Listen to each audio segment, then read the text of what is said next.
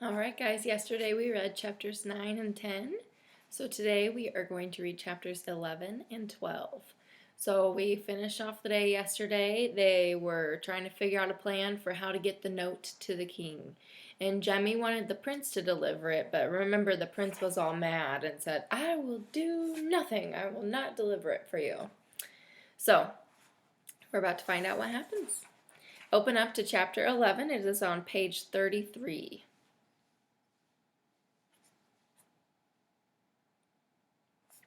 Okay, let's go. Chapter 11, containing a great deal of shouting. Jemmy was struck dumb. Did Prince Brat have sand for brains? Gaw! Didn't he realize he could snatch up his crown and go free? It doesn't please me to take orders from common rascals, Prince Brat said coldly. It would please me to shake the teeth out of your confounded face, replied Hold-Your-Nose Billy. You may live in the castle, but you're only a whipping boy. Do as we say. I'll do what I choose, and I choose not to run your errands, said Prince Brat. Jemmy leaped up and gave the prince an angry flash of eyes. Jemmy from the streets gets these stubborn fits, he said, contrary as a mule. Let me have a word with him. I'll whip the moolishness out of him, exclaimed Cutwater, lurching forward. Prince Brat dodged out of his grasp, and a sour smile crossed his face. I'll tear up your vile message the moment I'm gone, and keep the crown for myself. Hold-Your-Nose Billy caught Cutwater's upraised arm. Hold off! There's something in what he says. You think he's angling for a share of the reward, Billy? Likely is. The greedy little snipe, Cutwater bleated. How much do you reckon we can spare? This calls for private words. Let's parley. Follow me. The moment the outlaws ducked out of the hut, Jemmy turned on his companion. Prince Blockhead, you should wear your crown to fend off woodpeckers. Impostor! How dare you insult me, the prince said. You're enough to give the devil himself fits. Haven't I so muddled their brains they want to turn you loose, and you reward me with a royal squawk, said Jemmy. The prince had crossed to the wicker basket and snatched up an uneaten apple tart. He gobbled it down. I'll return to the castle when I'm ready, when I choose, and not a moment before, said the prince. Jemmy's eyes narrowed sharply. He couldn't fathom what was stirring in the prince's mind. Could he for once be concerned for someone other than himself? It's not me you think you're protecting, is it? You? Said the prince. Knowing they'll knock the daylights out of me soon as they find out I tricked them? The prince shrugged. You're quick, boy. You'll think of something. I've already thought it. Once you're up and gone, I'll slip away. Out in the forest, I'll be harder to catch than a flea. But I'm not leaving, the prince said firmly. Gaw, but why? Is it your paw you're afraid of? Is that why you won't go back? The prince scoffed. He won't miss me.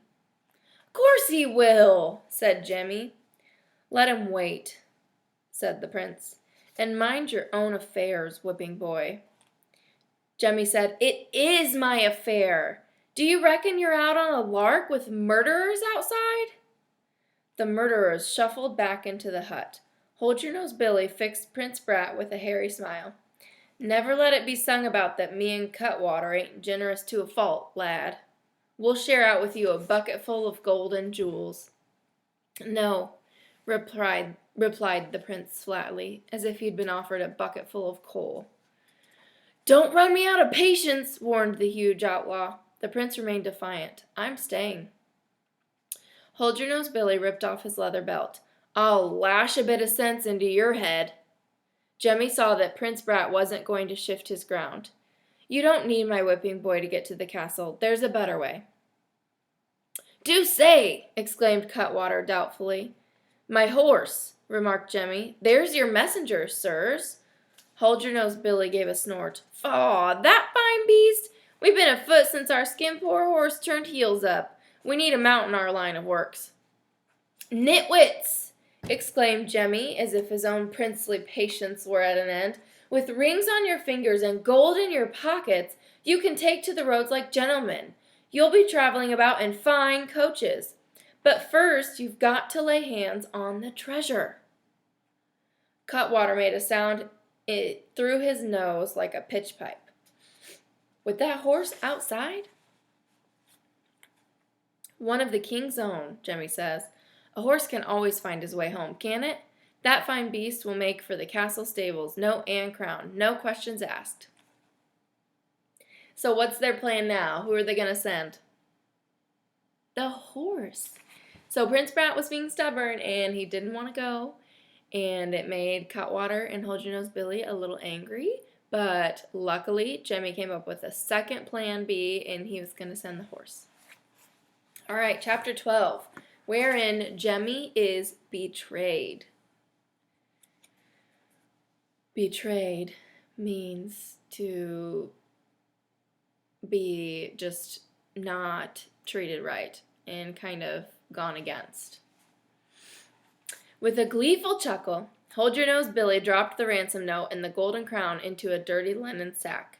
When he'd knotted the sack to the saddle of the horse, he turned to Cutwater. Soon as I'm within a squint of the castle, I'll turn the beast loose. Guard our prisoners.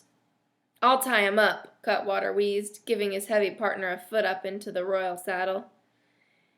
From the doorway, Jemmy watched Hold Your Nose Billy vanish into the tangled maze of tree limbs and brambles. Then he glanced about at the bare furnishings, the hanging ropes of garlic bulbs, the bed straw, the chest of stolen goods. He'd need some trickery to escape. The prince fixed him with a smirk. You're clever, all right, but a common dunce all the same. Gah, said Jemmy. A cartload of gold and jewels? The ruffians would have been content with a mere jingle of coins, said the prince. Jemmy's eyes swung back to the bed straw. There was his escape. A cartload of moonshine, he said. It'll never be forked over. I'm the prince. Papa will have to pay it. Jemmy began burrowing like a barn mouse under the moldy straw. Not a bit, he won't. Papa will foam at the mouth. Jemmy was disappearing, limb by limb, under the straw. Think again. It'll be clear as water the note's a scrambly witted fake. Papa will keep me under lock and key after this. It won't fool a soul, that note. How could you have written it? Everyone in the castle knows you can't so much as sign your own name. I never needed to before. It's me that's in the soup. I'll catch it for your mischief in running away, and I'll catch it again when the tutor claps eyes on the handwriting. He'll say, Jemmy, this is Jemmy trying to line his own pockets. Your pa'll scrag me with his bare hands, so I'll be obliged if you'd help me nip out of here. I promise you my protection, announced the prince with sudden generosity. Jemmy protects himself, said the whipping boy. When that plague-eye Cutwater comes to tie us up, tell him I slipped out the door. Soon as he bounces off after me, I'll make a break for it. You'd leave me alone with the cutthroats? Before Jemmy could answer, he heard the sharp squeak of the door. He held his breath. Lads, you won't mind if I truss you up like a Christmas goose. There came a sudden pause, and Jemmy's heart began to thump. Where's the prince? Cutwater snapped. Jemmy heard Prince Brat answer without the slightest hesitation. Him? Over there, under the straw. Okay, that's the end of chapter 12. So, the prince didn't help Jemmy at all. He betrayed him. He gave away where he was hiding. Jemmy was hoping to get away, was hoping to run off and be free, and the prince just told him right out to the cutthroat, to Cutwater. So, Jemmy and the prince were having a conversation that the prince thinks the plan is kind of crazy, right? And Jemmy doesn't think that they're going to pay that money. Jemmy knows the king will figure out that that wasn't Prince Brat's handwriting. And so the prince is they're just arguing. They're not happy with each other. Neither one of them agrees with each other. The prince doesn't like Jemmy's plan. And Jemmy really wants to escape because he's worried he's going to get in trouble. So we'll have to find out what happens in chapter 13 because Jemmy is still hoping to run away and be free, right? All right, we'll find out tomorrow.